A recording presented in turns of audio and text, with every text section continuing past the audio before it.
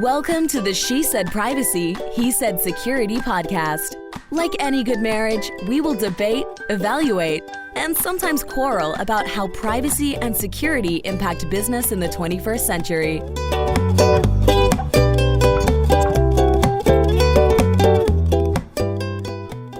Hi, Jody Daniels here. I'm the founder and CEO of Red Clover Advisors, a certified women's privacy consultancy. I'm a privacy consultant and certified informational privacy professional, providing practical privacy advice to overwhelmed companies. Hi, Justin Daniels here. I am passionate about helping companies solve complex cyber and privacy challenges during the life cycle of their business. I am the cyber quarterback, helping clients design and implement cyber plans, as well as help them manage and recover from data breaches. And this episode is brought to you by Red Clover Advisors.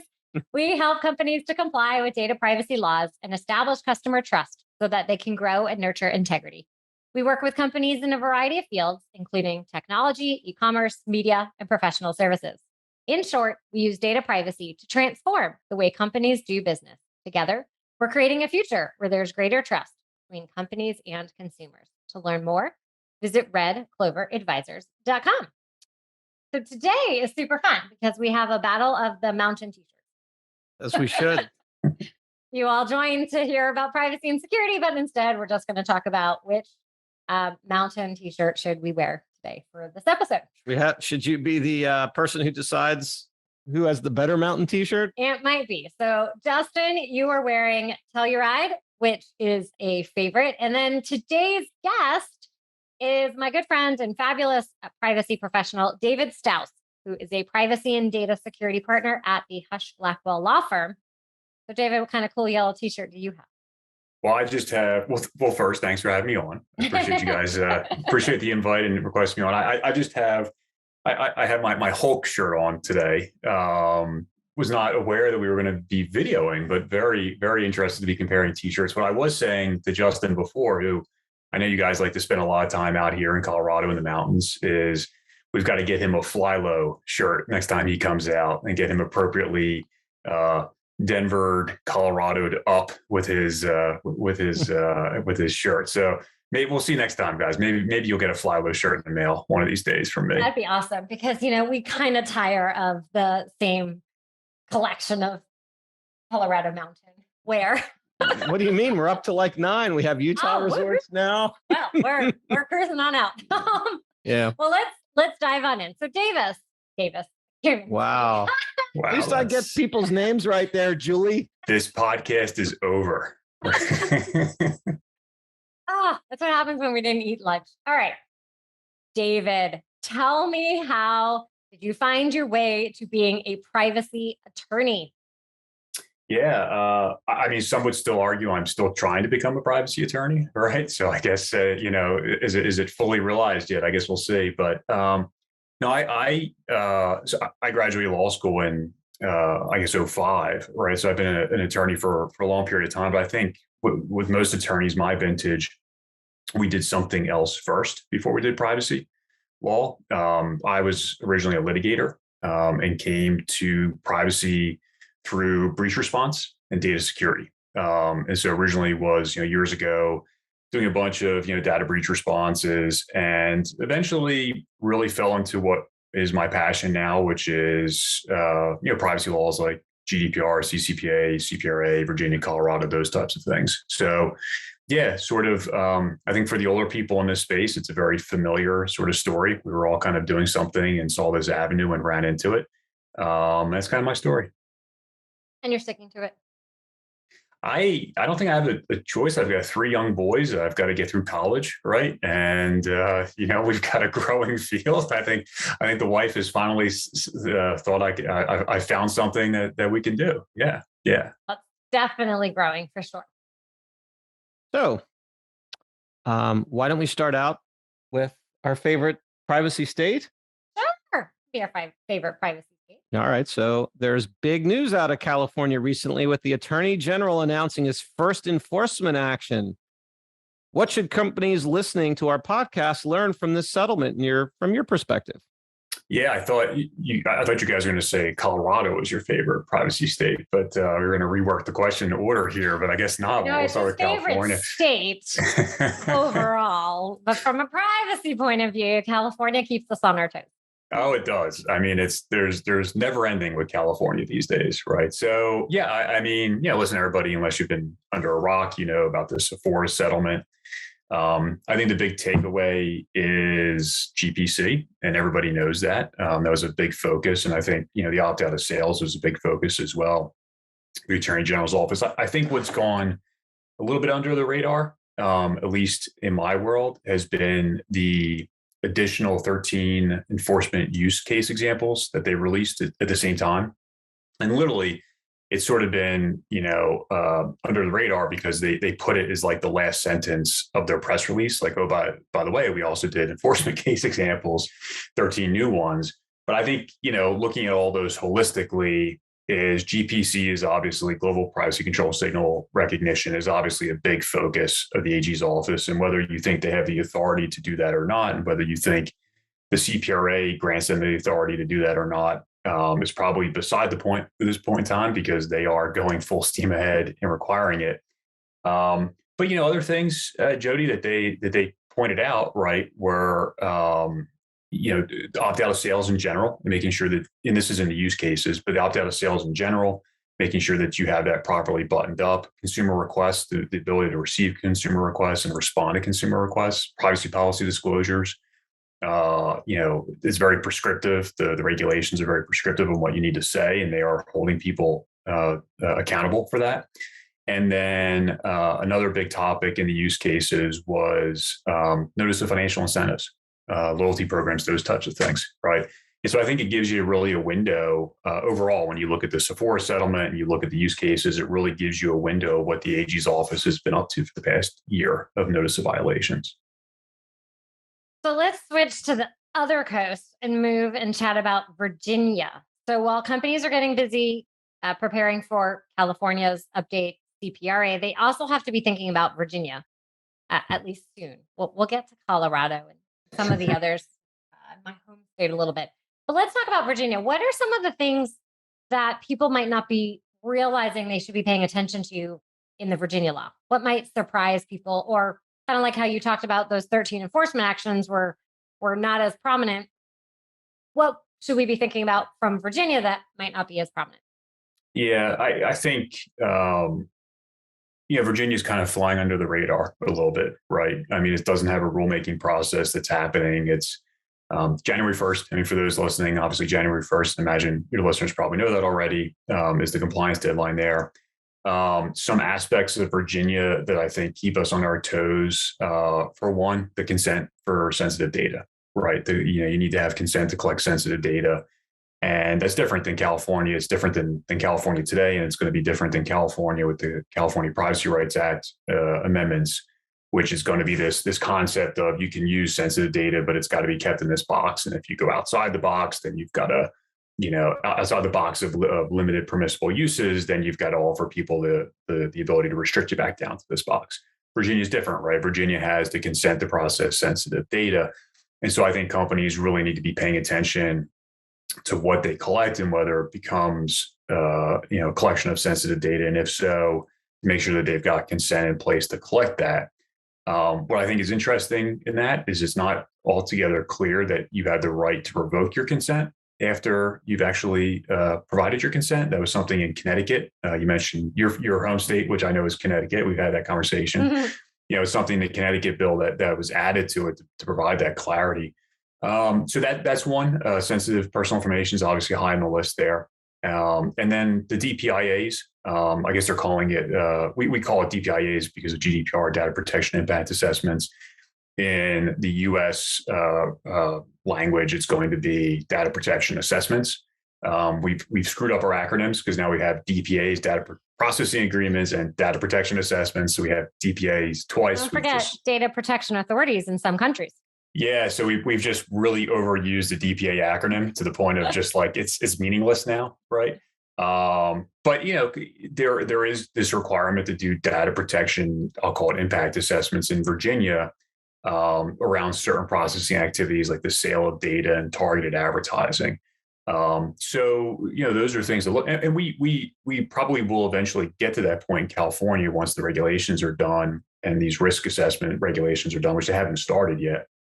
But for Virginia, those are some high ticket items, I think. And then there's also, maybe talking about data processing agreements. Obviously, Virginia has that requirement. And so I think lining up all of your third-party transfers and identifying what needs contracts and what doesn't need contracts is really, it's this big task for a lot of companies. I know we're struggling with that. Struggling is not the right word. We are working on that with a number of clients right now about lining up data processing agreements and negotiating those. It takes time. So I'm curious, you mentioned for Virginia, people have to be thinking about sensitive data and opt-in and what that might look like. Is there anything that you can share? Have clients started or companies started talking about what that might look like? Or is it still too early and they're trying to figure it out?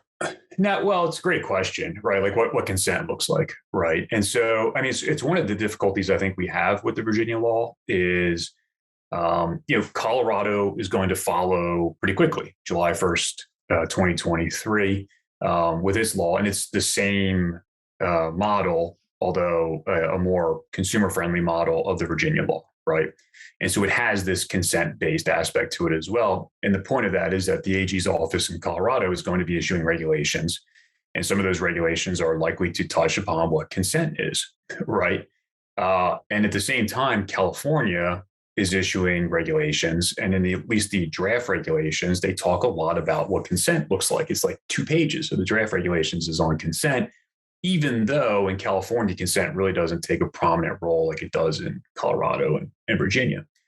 So the question then is, Virginia is not going to regulate around consent, but Colorado and California are, right? And so it is kind of a moving target, I think, for people right now, because listen, you guys hear the same thing I do, right? Which is I want a single bullet solution to everything, right? Don't tell me that like I've got to have consent be different in California than it is in Colorado and Virginia. I want a single solution.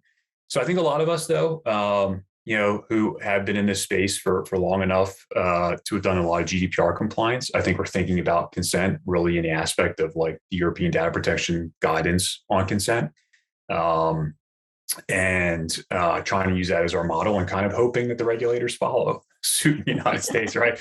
Like informed, like let's make it informed consent, let's make it specific, all those types of things. So hopefully that answers your question. It's a difficult, there are aspects right now that are just really difficult and nuanced right now to try to navigate through. That is absolutely true. So are we going to head to our new acronym, which is, what is it? ADPPA? Oh, everyone says all these acronyms in all different ways. ADPPA? ADPPA? There you go. Or some people just spell it, just throw some letters together. It'll be a law. I have to say the privacy industry is starting to rival the security industry for use of acronyms that... Well, they had to catch up. I guess so. Anyway, with that preamble in mind, everyone wants to know, will the federal privacy law that we announced will pass? David, using your crystal ball, what do you think? It is pure speculation, right? I've tried to talk to people probably like most people have, and, to get a feel for where things are at. I think the prevailing wisdom is not this year. I think it's the prevailing wisdom. Obviously we're in the August recess right now. Lawmakers are going to come back, and then we are in the November election cycle, right? So it is, a distracted group of individuals. And, I think people thought the window really was before the August recess happened.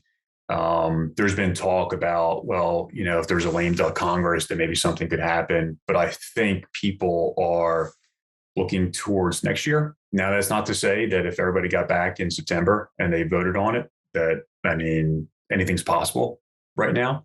I think what we've kind of, joke's not the right word for it, but we've kind of talked about is when it was originally released, it was, a 3 corners bill. It just needed to get Cantwell support in the Senate, and it was a done deal, right?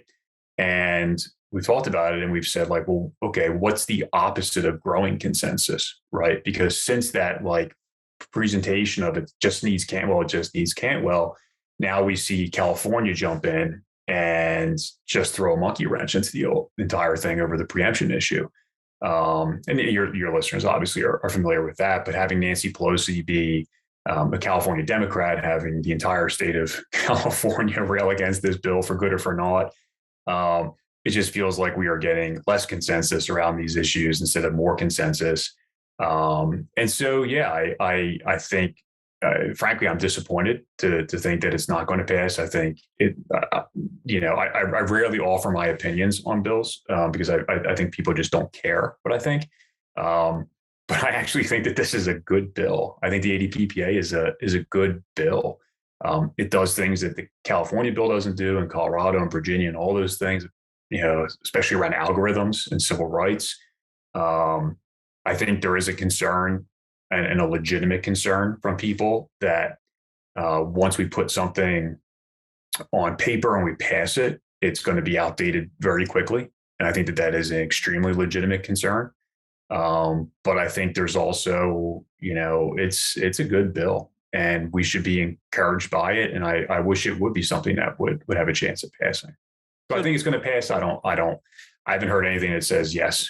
But I wish it would, I suppose, is the answer. So, David, I wanted to ask a follow-up question, kind of lawyer to lawyer question. Mm-hmm. It seems to me one of the primary enforcement mechanisms for the privacy laws that get companies' attention is the private right of action. Yeah. And love to hear your thoughts around a private right of action and what that would mean if it were in or not in this bill, because apparently it's created privacy bills in other states on this one issue alone. In the ADPPA, yeah. So it's music to my ears. I wrote an extensive 2,500 word article on the private right of action in the ADPPA. Complete rubbish, right? I mean, it's a cure for insomnia, but it did really want to kind of dig into it. And so I mean, let's take a step back though, right? Because I think as Jody certainly knows, I've just really got my hands dirty in the state privacy law stuff in this country. And so we've seen over the past 3 years, we've seen Washington State with the Washington Privacy Act fail because, the left wanted a prior right of action in that bill, couldn't enforce privacy rights without a prior right of action. And, that was like Democrat versus Democrat, right, in Washington. Reuben Carlyle didn't want the private right of action. And others in the far left side, far left's not a great term for it, but the more left side of Washington legislature wanted a prior right of action. And so they failed 3 times to pass it. On the other side of the country, you have Florida, and you have what Fiona McFarland has done with this year was House Bill 9 in Florida. And last year, so in the 2021 legislative cycle, each chamber passes a privacy bill, but they can't agree on the prior right of action. And there it's Republican versus Republican, right? I mean, Republicans want the prior right of action and other Republicans who are more business friendly don't want it. Now, the goals there are completely different, right? In Washington, it's about enforcement. And then in Florida, it's about punishing tech companies, right? For the 2020 election, let's just call it what it is, right? And so you see then that this prior right of action kind of blurs party lines. It really does, right? In a really sort of interesting way. Now, neither of those states has passed privacy bills. They failed exactly on that issue. No state has passed a prior right of action in one of these bills. Colorado, Connecticut, Utah, California. And I guess if we consider Utah to be a privacy bill, it has not been included in Utah. That's a whole different debate. But fast forward to the ADPPA, right? And when it came out, Justin, to your thing, I remember talking with the guys like Joe Dubal at the IAPP and Kira Lamont at FPF. And I said, this is crazy, right? Why would business ever agree, having won on this issue in every state that's passed a privacy law?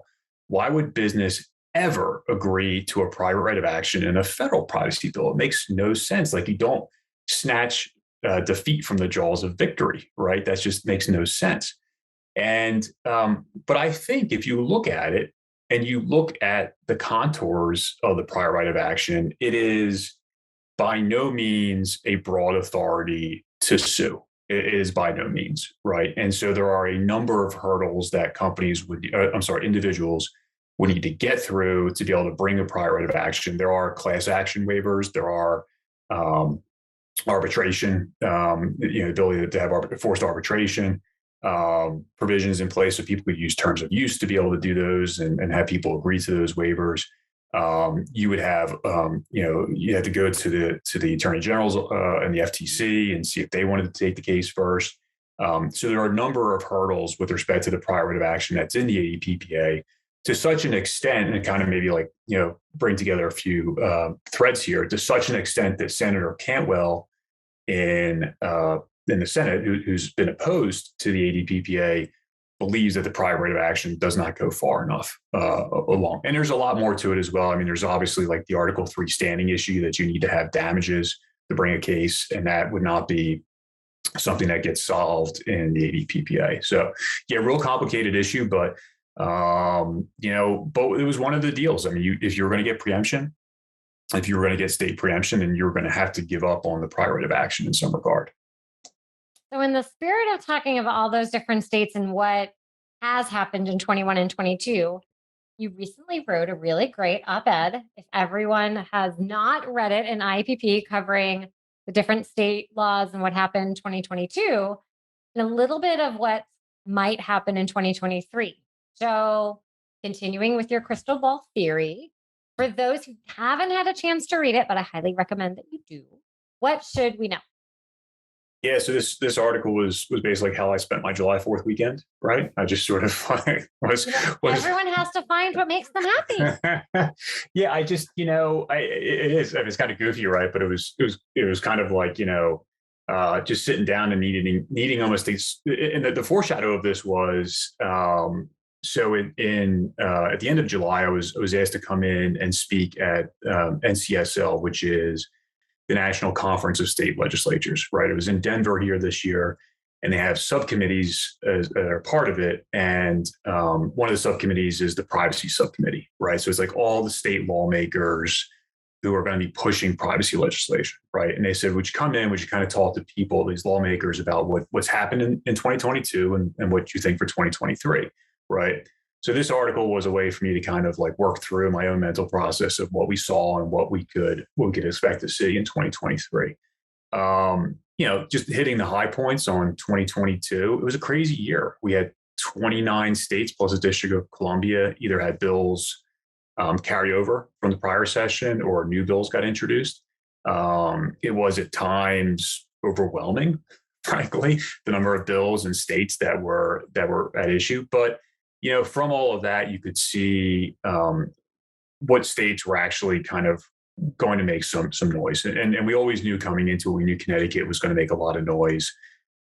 Senator Maroney had lined up that state over the past couple of years really to make a run at it in 2022. And true to form, he got it across the finish line. It took a lot of work, but he did it. But then you had a state like Utah, where it just sort of came out of nowhere, right? In 21 days, we had a privacy bill out of nowhere, right?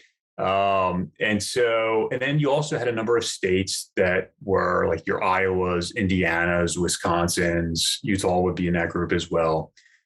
Louisiana originally, as that bill was originally introduced, and Tennessee, that were running, what I call business-friendly variants of the Virginia bill, right? You basically take the Virginia bill and then you get rid of provisions that are not as business-friendly as you like them to be.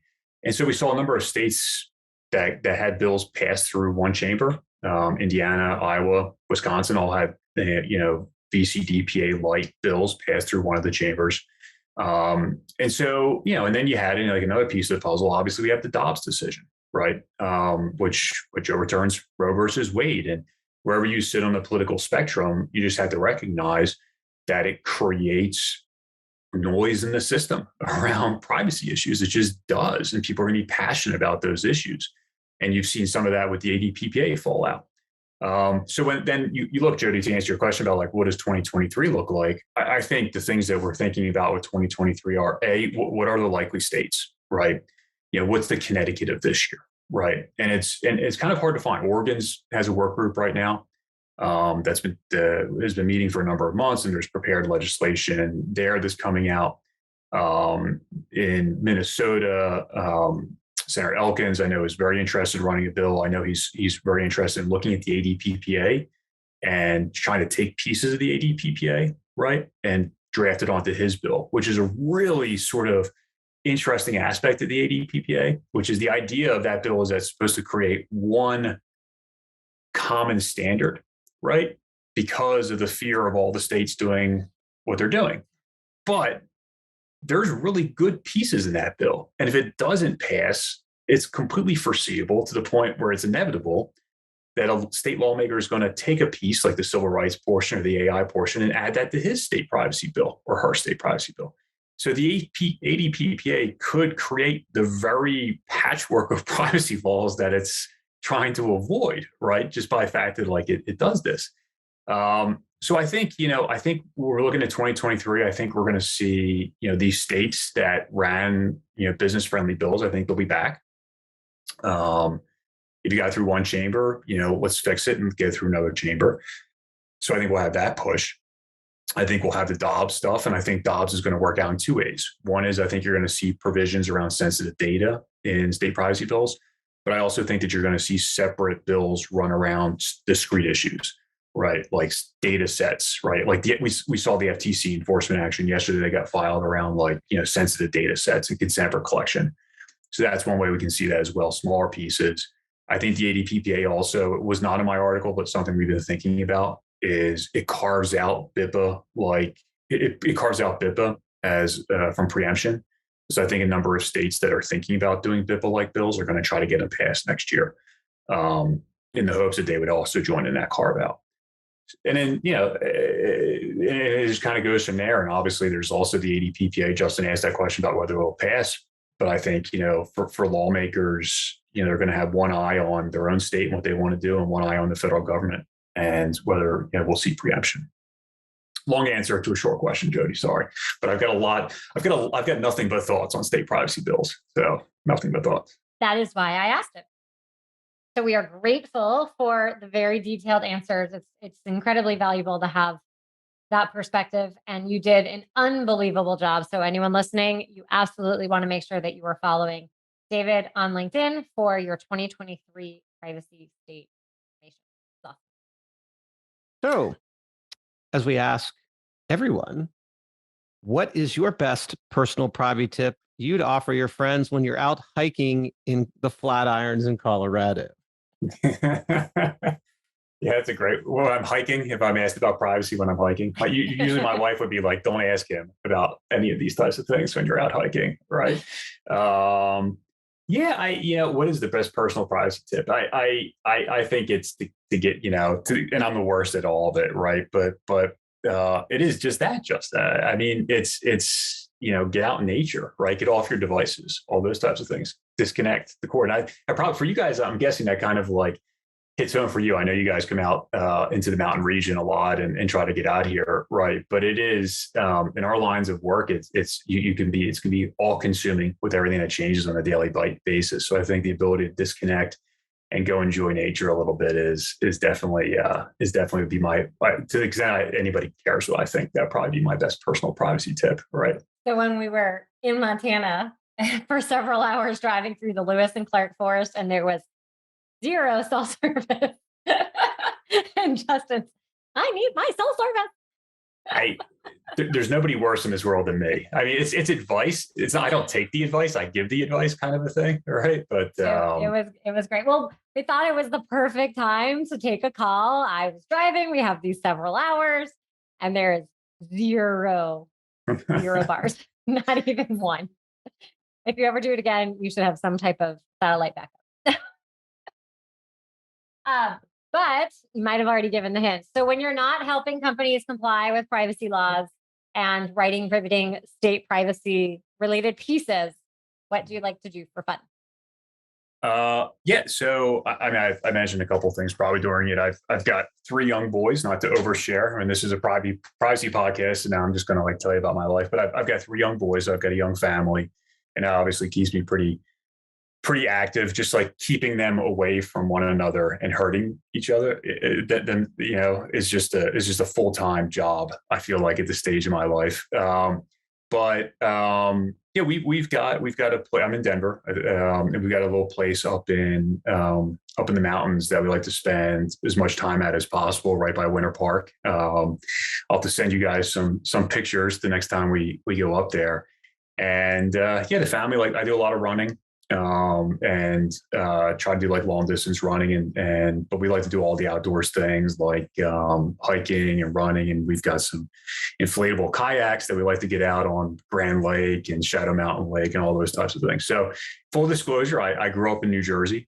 Some people will hear the accent, the Jersey accent. I've been out here for a number of years, but haven't been able to lose the accent. But I came out here when I got married, and as a condition of employment, as husband to my wife, I had to move out to Colorado. But it's really, the outdoors lifestyle is really sort of taken. So if I'm not writing on privacy laws or billing hours and all those types of things, you'd probably find me up in the mountains running around doing something stupid. So I need an amendment to my marital contract immediately. David, I need you to draft something for me immediately along those lines. Yeah, that was sort of like the, okay, fine, I'll do it. Right. But like, you're going to owe me on this one. So yeah, if anybody listening hasn't been out to the great state of Colorado, it's fantastic. I say the mountain region in general. I know you guys, you mentioned Montana, fantastic up there as well. Wyoming, Utah as well. Now I'm just turning into a travel advertisement. And we have, if you're looking for a good excuse, we have the Rocky Mountain Information Security Conference on September 21st. So come out, say hello. We've got hundreds of people showing up and we have a privacy day. Good. It shouldn't be only security. Privacy counts too. Oh, no, I know we need to get some speaking gigs. There you go. There you go. I should have thought ahead. And got you guys out here. Well, there's next year. It's all good. So David, where can someone listening find you? So, LinkedIn, right? It's probably the easiest. Just look me up, David Stauss. And then I run a privacy blog, byteback.law.com, BYTEBACK law.com. So that's usually my shameless plugs, Jody.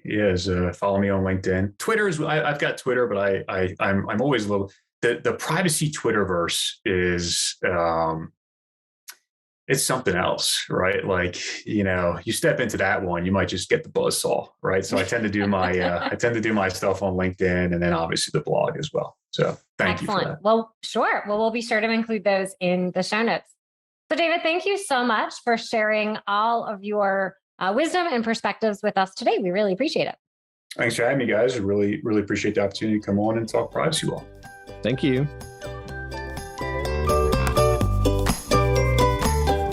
Thanks for listening to the She Said Privacy, He Said Security podcast. If you haven't already, be sure to click subscribe to get future episodes and check us out on LinkedIn. See you next time.